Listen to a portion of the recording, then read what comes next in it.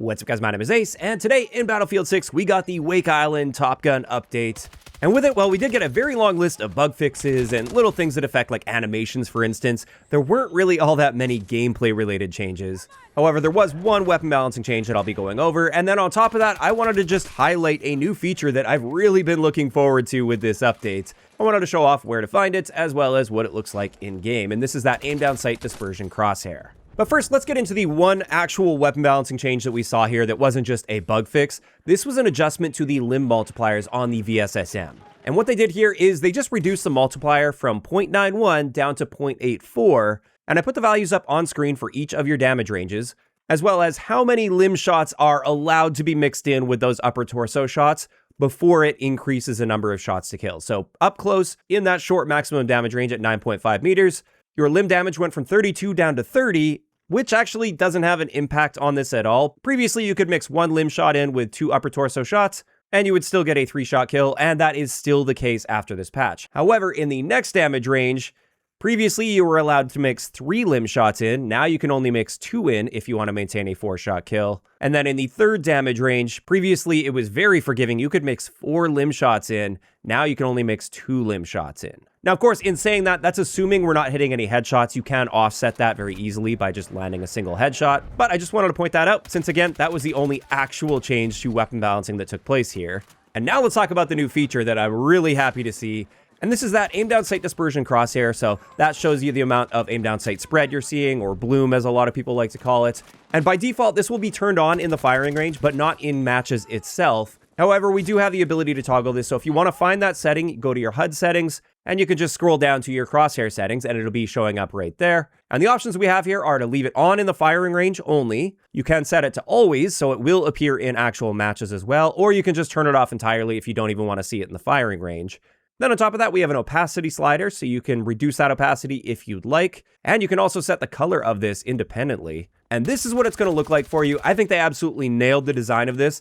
I thought it would be like a full circle that would appear on your screen, and it would just be kind of faded away, so it might actually like obstruct your target. But the way they've got it set up, this is not really obstructive at all. I don't think this is going to prevent you from being able to see your target appropriately while aiming at them. And so going forward, I actually may consider just leaving this on in matches and not just the firing range, because it's just nice knowing what your spread is doing at any given moment. And this actually makes me feel a lot better about the spread mechanic in general. One of my biggest issues with having spread in Battlefield is not necessarily that it exists. I think when balanced appropriately, it can be an excellent method of keeping a gun's engagement ranges in check without making the gun feel terrible when you're using it within its effective damage ranges. It's just one of my big gripes is the fact that up until now, we were largely guessing. Like, yes, you can see your tracers sometimes, and that will at least give you some indication that your spread is getting out of control.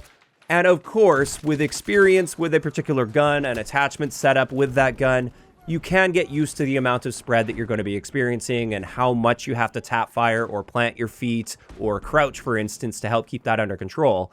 I'm not going to act like spread is an incredibly complex mechanic that takes a high level of skill to be able to manage appropriately. It's pretty simple. Plant your feet, crouch, fire in short bursts.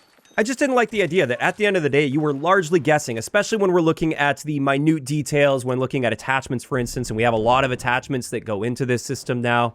So there is that layer of complexity there, and when it comes to selecting the right attachments, for instance, you were largely guessing or just going based off of feel. And especially early on in the game's life cycle, we had some pretty big bugs surrounding the spread mechanic, where sometimes your spread would actually get locked to the maximum value, even when you were doing everything right, and that obviously caused a lot of frustration.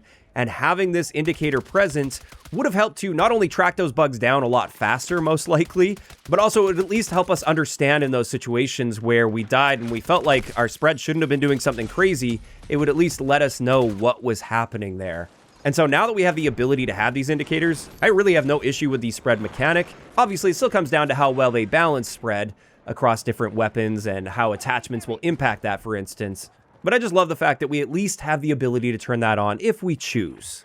Additionally, on the content creation side of things, this is going to help testing so much more, because you can see exactly what's happening to your spread rather than having to use some less than ideal testing methodology to try to figure out roughly what the spread is. This is excellent to see like how various attachments will impact the amount of spread you experience when moving, or even when standing still and just firing full auto. And it'll give you a good feel for just how much you have to tap fire with a particular gun. And as I said, I think they did a really good job with the presentation of this as well. It's not obstructive in any way, but it does tell you what you need to know. And then finally, just a few very early impressions with this update. I've only played a handful of matches at this point. First off, really enjoying Wake Island overall so far. It definitely feels much more like the traditional Battlefield experience, which is nice to see that they have been moving more in that direction over the past several updates. Also, shortly after big updates like this, I'm always really happy because I'm actually getting full matches of real players, and I haven't seen a bot-filled match yet, which is a very common occurrence for me outside of those windows of time shortly after a major update.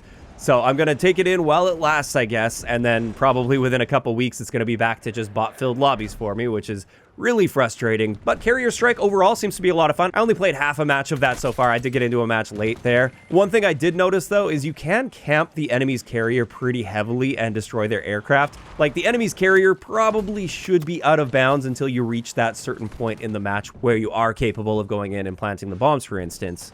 But outside of that, no major complaints with this update. Having a good time. Things are running smoothly. I'm going to have to get myself into one of these jets at some point. I haven't done that yet because I'm really just not much of a pilot and definitely need to practice a bit with that. But this is where I'm curious to hear from you guys in those comments down below. How are you feeling about this update so far in Battlefield 6? Are you guys generally enjoying it? What are your thoughts on that aim-down sight dispersion crosshair? Are you guys happy with its implementation? Is it something you plan on using in match, or maybe just the firing range, or not at all? Just let me know all of those thoughts down below. If you enjoyed the video, a like rating is always appreciated, and don't forget to subscribe for more if you haven't already. I'll talk to you guys next time.